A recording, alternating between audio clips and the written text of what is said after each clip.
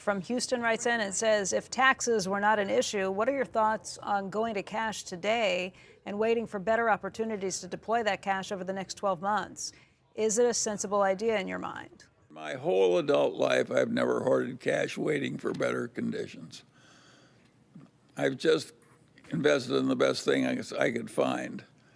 And I don't think I'm going to change now. And the Daily Journal's used up its cash. Now, Berkshire has excess cash, quite a bit of excess cash. But it's not doing that because it thinks it knows how to time investments. It just can't find anything it can stand buying. So we don't have a solution to your problem. We're just coping with it as I've described.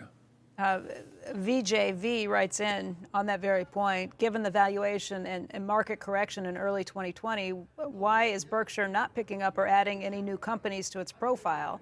Is the management getting too conservative with M&A? Of course, kudos to the team in picking up Apple shares a couple of years back. That's paying off for sure.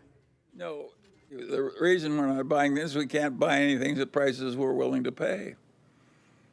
It's just that simple. Other people are bidding the price up. And a lot of the buying is not by people who really plan to own them. A lot of it is fee-driven buying. Private equity buys things so they can have more fees by having more things under management. Of course, it's a lot easier to buy something you use somebody else's money. We're using our own money, or at least that's the way we think of it. By the way, it's not a tragedy that Berkshire has some surplus money they're not investing. And you can argue that the little old Daily Journal, what a good thing it was we had 30 million extra coming in from a foreclosure boom, and that we invested it shrewdly. It gives us a lot of flexibility. And by the way, that piled up money helps us in wooing these governmental bodies we're selling the software to. We look more responsible with the extra wealth, and we are more responsible with the extra wealth. But if the shareholders who are worried about the future because it looks complicated and difficult and they're hazard, I want to say to them what my old torts professor said to me, Charlie. He'd say, Charlie, tell me what your problem is and I'll try and make it more difficult for you.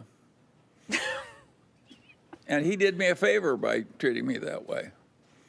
And I'm just repeating his favor to you. When you're thinking the thoughts you're doing, at least you're thinking in the right direction. You're worried about the right things.